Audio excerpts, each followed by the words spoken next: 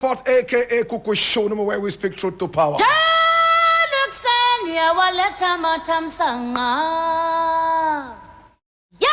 Here we don't criticize, but if we must criticize, we would only just criticize to build and not to destroy. That is why we say we are in the service of God and country. My brother, my sister, this is the Black Pot, aka Kuku show them all. And from the news reel, we endeavor to always keep it real.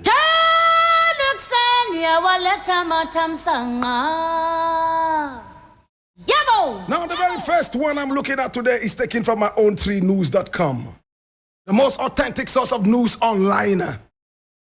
And this one was published today, the 4th of September 2023. And it says, no security personnel has left Jubilee House over unfair treatment. And this is coming from Eugene Ahin. Who is Eugene Ahin? Let's find out. The Director of Communications at the Presidency, Mr. Eugene Ahin, has refuted claims that security officers have left the seat of government, the Jubilee House, over unfair treatment. Now, in a statement, he said the attention of the Office of the President has been drawn to a statement made by Mr. Charles Owusu on Friday, the 1st of September 2023, at the studios of Peace FM, to the effect that some 77 security personnel at the Jubilee House have left their duty posts at the Jubilee House because of unfair treatment. Mr. Owusu is reported to have stated that, go to the Jubilee House and see, the police, soldiers, and everyone is complaining. It got to a point where almost 77 security personnel decided to leave the Jubilee House and go back to their units. What type of treatment are you giving them? But Mr. Hines said that at no point in the tenure of Nana Addo Dankwa Akufo-Addo from 2017 till date have 77 security personnel left the Jubilee House to their respective units. Indeed, no security officer has left Jubilee House because of unfair treatment meted out to them at the seat of the presidency. Curiously, at no point in Mr. Owusu's submissions did he provide any evidence whatsoever to buttress these false claims. It is important to stress that any security, this is most important, I need you to listen to that. It is important to stress that any security officer who has left Jubilee House, so that means some people actually left, right? All right. So it is important to stress that any security officer who has left Jubilee House has either been due to disciplinary reasons or as a result of a voluntary decision made by the security officer in question. We urge the public to disregard these false claims and treat them with the contempt they deserve.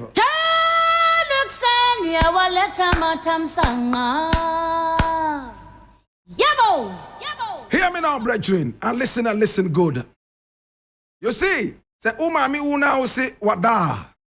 The kind no. If your mother is dead, and you claim that your mother is sleeping, just wait until the stench. Just wait until the stench comes up. Just wait until the smell starts blowing through the atmosphere. My brother, my sister, if the reality is staring at you in the face, and you decide that there is no realism in that reality, before you realize it will be a calamity, my God have mercy. Hear me now. Now, if Mr. Owusu is truly lying, there are about 77 soldiers and police officers decided to leave the Jubilee House because of bad treatment, then we need to bring this man to book, because this is a security threat. My brother, my sister, this thing Mr. Owusu said must be taken really seriously.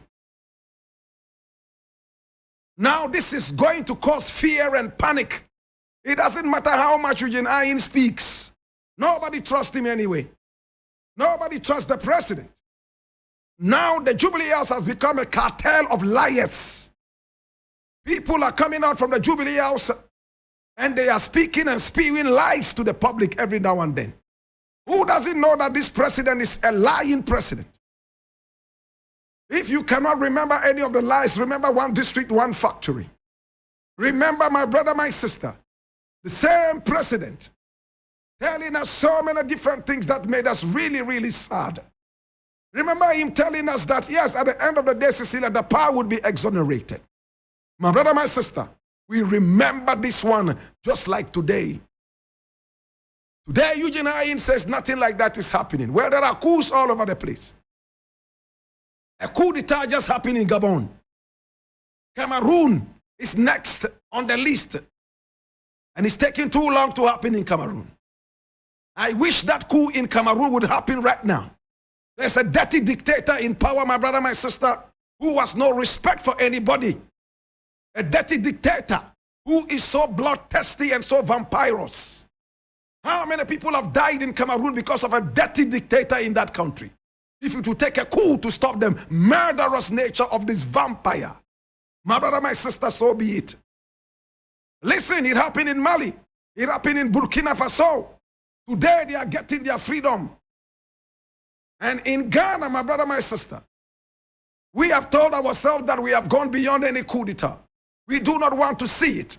We do not want to see any uprising. We do not even want the spilling of a single clot of blood. My brother, my sister. But if it is true, and I suspect it is true, that soldiers and police are walking away, then, my brother, my sister, we need to check ourselves and be able to wake ourselves up from that deep slumber. Just yesterday, I was on Facebook and checking out a few things.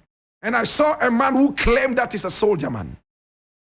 I cannot independently verify if he's truly a soldier or not.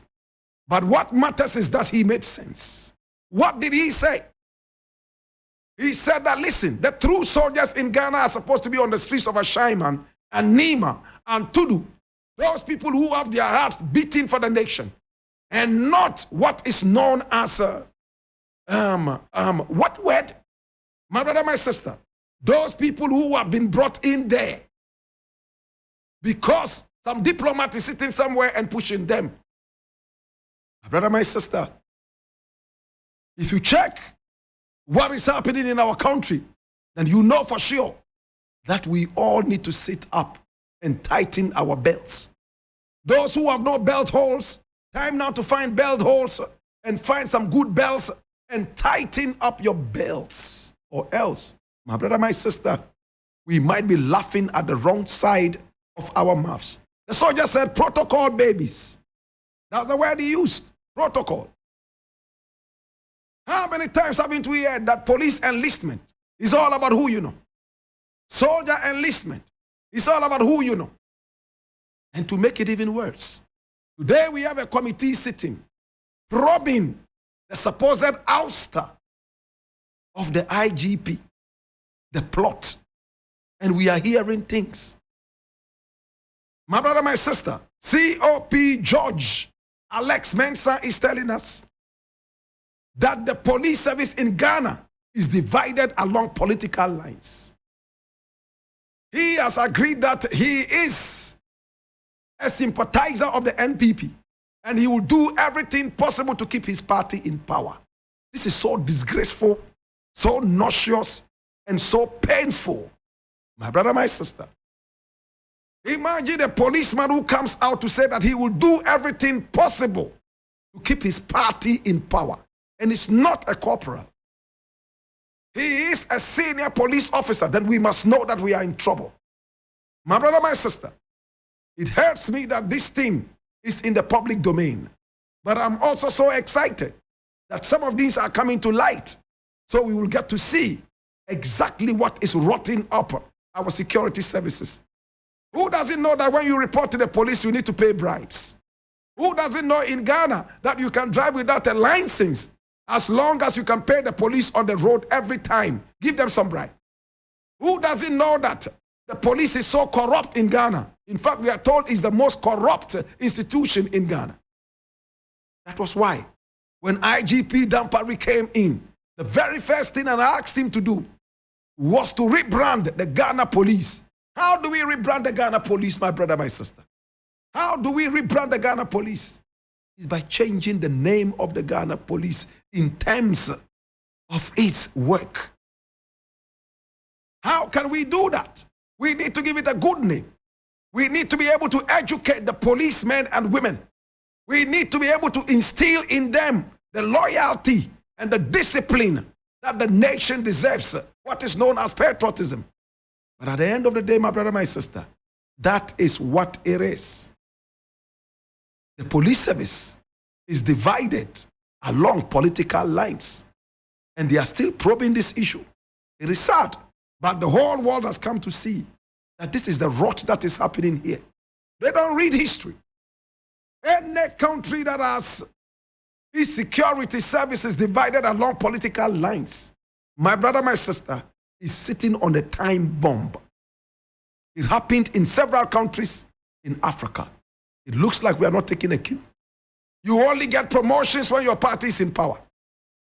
My brother, my sister, today we are told that a lot of soldiers are aggrieved.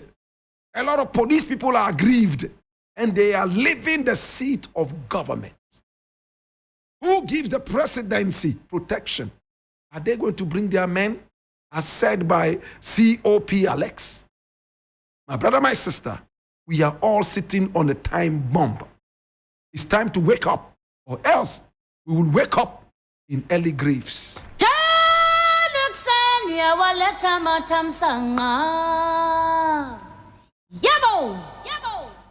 Next thing I want to look at, and I'm going to be quick with this, and this is from Ghana Web. It says, Canada Japan refused to apologize to Akufo-Addo over showdown outburst. I read, it is reported that the new Patriotic Party MPP flag bearer hopeful Kennedy Ohini Japan was asked by the party's leadership to issue an apology to President Nana Addo Dankwa Akufo-Addo over his threat to give him a showdown. According to the host of the Mimainti on the NEAT FM at the Cabre Frimpong Manso, the Asin Central Member of Parliament outrightly refused the request which was made when he appeared before the party's disciplinary committee. As a party, you could not take a firm decision to say, Kwame Akumprekun did this and that, so this. He came before you, and as elders, you were asking him to go and beg the president. So if he goes to beg the president, the party should not have any other initiative to take. Well, that's what he said.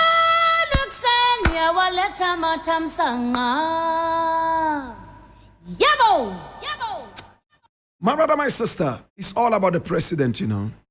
Everybody must kowtow to the president. The president has become a god. He's now a shrine.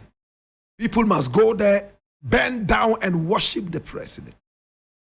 I'm glad that Canada Japan is giving them a run for their money. When you used him all over the place, saying that you were using him to protect your party, you used him to insult so many different people, well-meaning people. You even used him to threaten lives, some of which lives were lost. Ahmed Swale on my mind. You used him to threaten the good people of this country. You used him to insult so many people in this country. You used Canada Japan to insult our women in this country. You used him to degrade Ghanaians. At the end of the day, he's giving you a bit of your medicine and you want an apology? You must be crazy. My brother, my sister, if you decide to call your son a lion, you are the first person he will learn to eat. Think about it. Canada Japan is giving you a run for your money. Now you are asking him for an apology. What kind of apology? What kind of apology? So that what is next? Is he going to apologize to Baumia too? Is he going to apologize to the former president of the republic when he called him a fool? When he called him a thief? When he threatened to burn him alive? Is he going to apologize? I'm glad Canada Japan has refused. We are waiting to see what is going to be next. Whether they will expunge him from the contest or they will continue kissing his ass.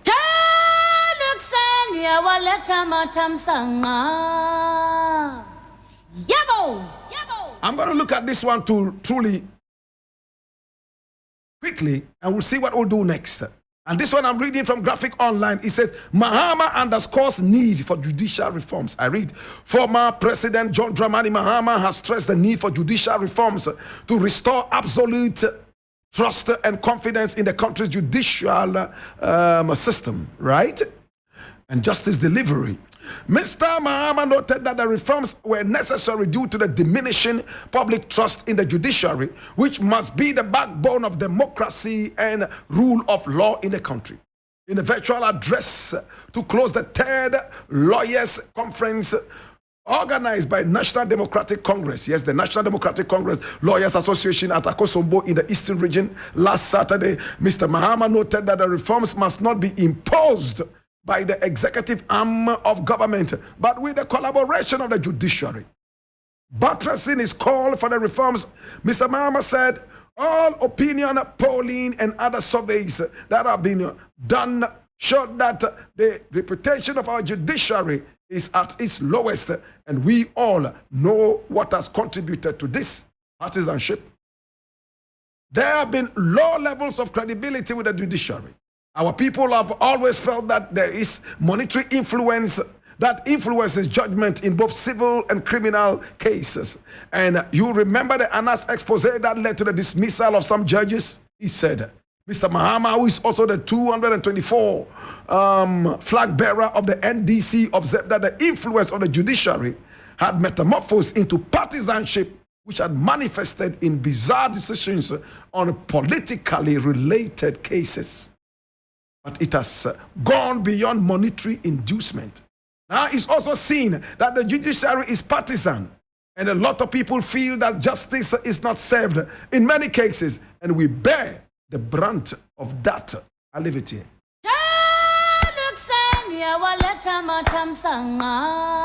Hear me now, brethren. What Mr. Mahama has said is nothing but the truth. We have said it several times here. My brother, it is in this country that you catch a thief stealing from you, and they will still ask you for evidence, photographic evidence. It is in this country, my brother, my sister, that people push for evidence when it is so clear and glaring that they did it. Because of the so-called evidence, many people have become victim to nonsense and nonchalance. Today, if we are told that our police service is divided along political lines, and then we are hearing that the judiciary is also divided along political lines, then we are doomed. What are the arms of government? The executive, made out of the president and the rest of them, right? Now we also have what? The judiciary. My brother, my sister, the lawmakers, alongside the police and the lawyers and magistrates all come together, my brother, my sister, to make sure that justice is delivered. Now, if justice cannot be delivered, what is the need for your motto? Freedom and justice. Where there is no justice, there cannot be freedom. It means it's a failed nation. It's a cassava state. It hurts me, my brother, my sister, that it has become so glaring that we eat nothing but politics and we don't put the nation first. It's all about our political affiliations. A man was promoted 2 times in just 1 year. Somebody 3 times, all because his party was in power. Somebody became an IGP, allegedly, because his party was in power. Can you believe this? And where is hard work? It means promotions are no more meritorious. You cannot even be proud of any promotion. All because it is because of politics. The politics that we do. My brother, if this is the country we live in, then I cry for the poor man in my village who does not even want to hear about the court, who does not even want to hear about the police. Now, when we hear police or have a police case, everybody's looking for money. True or false? Or have a police case, and they also Kopeska. Oh, assembly de akokoto. Yeah, and yeah. Tiati. Kona kopeska. My brother, my sister. Things that are supposed to be given to us on a silver platter. Because we are citizens of this nation. We have to pay an arm and a leg for that. It's a disgrace. I asked Dampari in my own humble words to rebrand the Ghana Police Service, and that I was ready to sacrifice myself, my time and my energy to be part of the rebranding. It's a shame. When I'm in America and I see the police coming, I know that there is peace and safety. When I'm in England, it's the same thing. When I travel around the world, it is like that. But in my country, when the police is approaching, it's pure disdain. Oh, the bribe takers are here. Oh my God. Lawyers are taking goat meat in order to free hardened criminals. Is this a country? And you claim you have the men. We don't even study civics in our schools anymore. My brother, my sister, it is so distressing. I am totally inundated with nauseousness. I'll leave it here.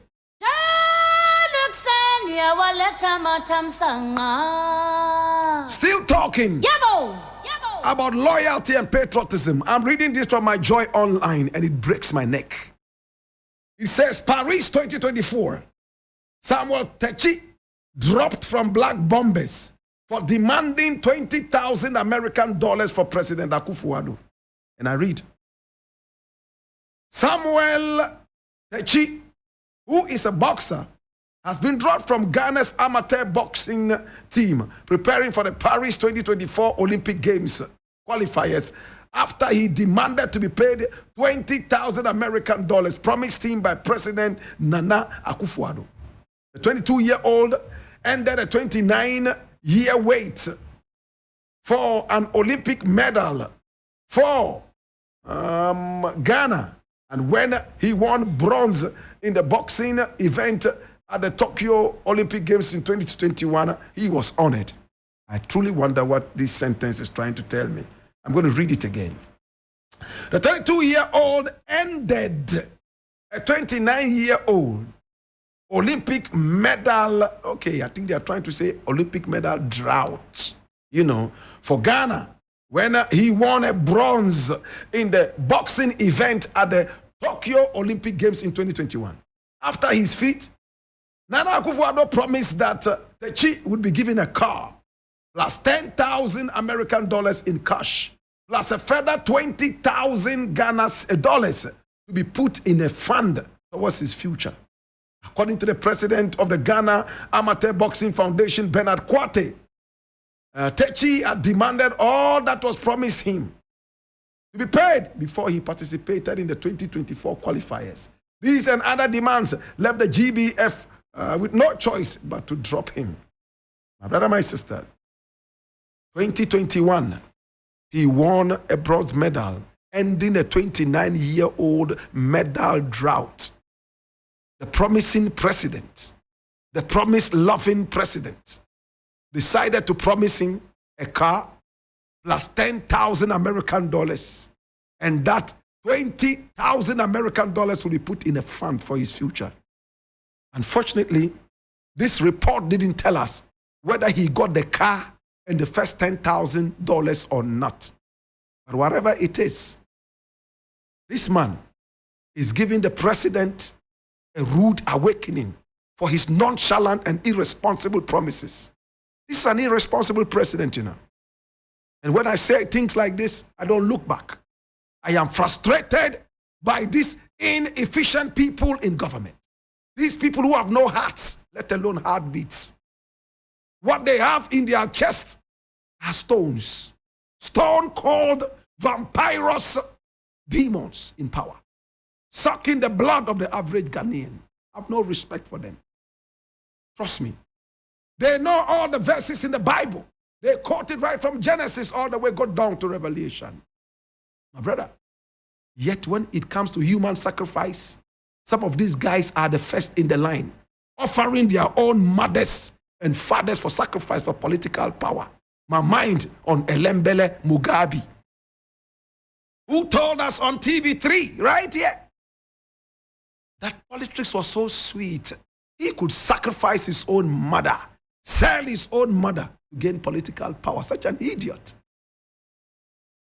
Your mother, hey, who labored for 9 months, she carried you. Later he came back and said, hey, you know, I was just joking, you know. My mother even died years ago. How can you tell us that your mother died? And that it wasn't you who killed her. To God be the glory. But this guy here, if I were him, I would still go for the Olympics.